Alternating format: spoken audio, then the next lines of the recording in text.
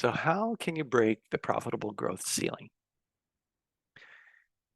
In the 11 years that I've been an independent coach and advisor, I've seen many companies that grow to a certain point, and then despite their best efforts, they just can't seem to grow beyond that. I've also seen companies that do continue to grow, but they become less and less profitable. And it becomes more and more stressful for the owner or the CEO. So it turns out that this isn't just my experience, it's a common pattern. Growth isn't common. Out of the roughly 28 million firms in the US, only about 1.1 million have surpassed a million in revenue. Only 112,000 have gotten past 10 million, and only 17,000 have grown beyond 50 million. The reason is that companies need to operate differently as they grow. Companies that don't adapt how they operate will tend to grow to the limits of that way of operating. Owners, presidents, and CEOs who've had success getting to a certain point often tend to repeat what they know, thinking, well, got us here. But as the title of a book by Marshall Goldsmith goes, what got us here won't get us there. Now, what needs to change? It's the systems that need to change. The changes needed for a growing company are driven by the added complexity that comes with having more employees. Think simply of going from 2 to 4 employees. This makes the number of relationships between individuals increase from one relationship, I should say, to 10 relationships. This complexity continues exponentially as the company grows from 10 to 25 to 50 to 100 to 200 employees or more. And to predictably achieve results within this growing complexity, a certain level of order is needed. Processes, systems, and structures create that order in companies. And the systems needed to create order in the complexity of a 200-person organization are different than that of a 100, 50, 25, or 10-person organization. So for example, when a company has 1 to 10 people, right, the owner can manage everyone. When the company gets to 10 to 15 people, the owner needs to bring on supervisors and managers, as well as some basic people management systems. When the company gets to 25 people, it needs more than one leader and the beginnings of a middle management group. The CEO now has to get most of the company's results through other managers instead of directly. So effective leadership and management becomes so much more important. And keeping those leaders and managers all heading in the same direction becomes more challenging.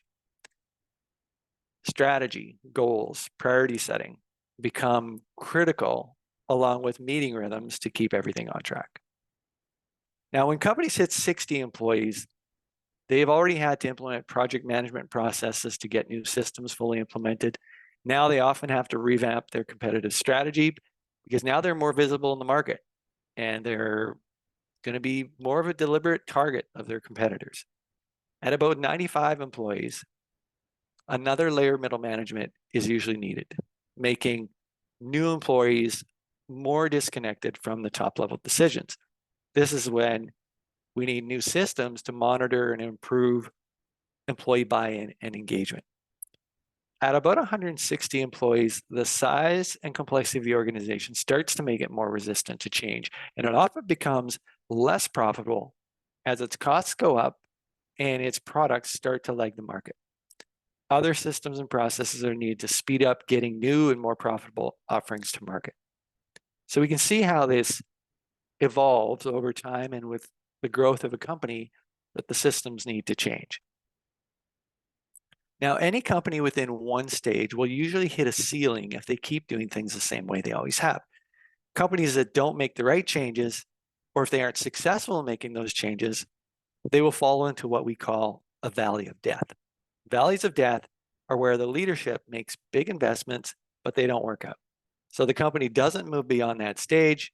The company can also fall backwards in terms of revenue and often profitability because of the failed investments. So worst case, it can lead to company failure. Now, some companies grow despite not making the changes needed for the next stage. Just with sheer grit or dramatic demand growth from their customers, they might grow. However, these companies often become increasingly inefficient with the increasing complexity and resulting chaos. And so the company's profitability will decrease, sometimes significantly. So unless exceptionally well funded with investors who are willing to accept short to midterm losses, hoping for a longer term windfall, the decreasing profitability and the resulting cash flow challenges will eventually prevent the company from investing in the capacity to grow and the systems to grow profitably. And so growth will stall at some point. One can also count on just drama, stress, headaches being an overarching theme for the leaders in those organizations. So what stops a company from making the right changes and improvements to grow successfully and profitably? Well, the CEO and the leadership team are really the linchpin there. From these stages that I've described and the key changes, we can see early in a company's life by about 25 employees that an owner or CEO has to learn to get results from people through other managers instead of directly.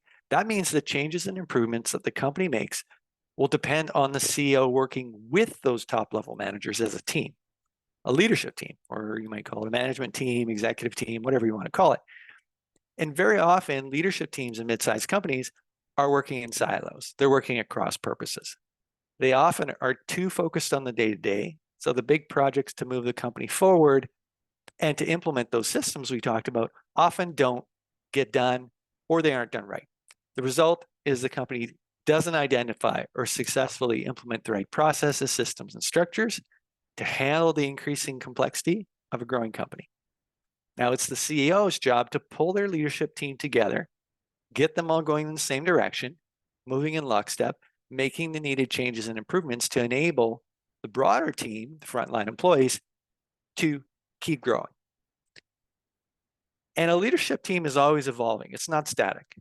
The challenge of having an effective leadership team continues through the life of the company.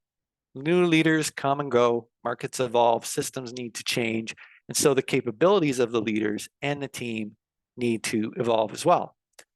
The crucial underlying challenge to achieving profitable growth is to build, maintain, and continuously improve a great top team that is highly capable, aligned, leading and executing effectively and efficiently, and therefore minimizing those silos and strengthening execution between and across departments, essentially working as one unit to move the company forward, because the owner, the CEO, can't do it alone, because it's too much for them to do it alone, at least effectively and sanely.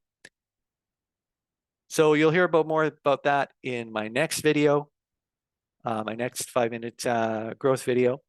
In the meantime, if you want to find out what systems you can improve to grow a thriving company, check out our Agile Growth Checklist. It's a self-service questionnaire. It takes about 5 to 10 minutes to complete. You'll get the checklist with your responses right away. And then within 24 hours, you'll receive a compiled report highlighting the areas to improve. So you can find out how your company is doing in each of the 7 areas needed to produce more rapid, profitable, and sustainable growth. The report is complimentary. There's no obligation. You can go to the bottom of the article below, click on the Try the Checklist button, or you can see the complimentary assessment link at the top of the webpage. I hope you found this useful. We'll see you in the next video. Thanks.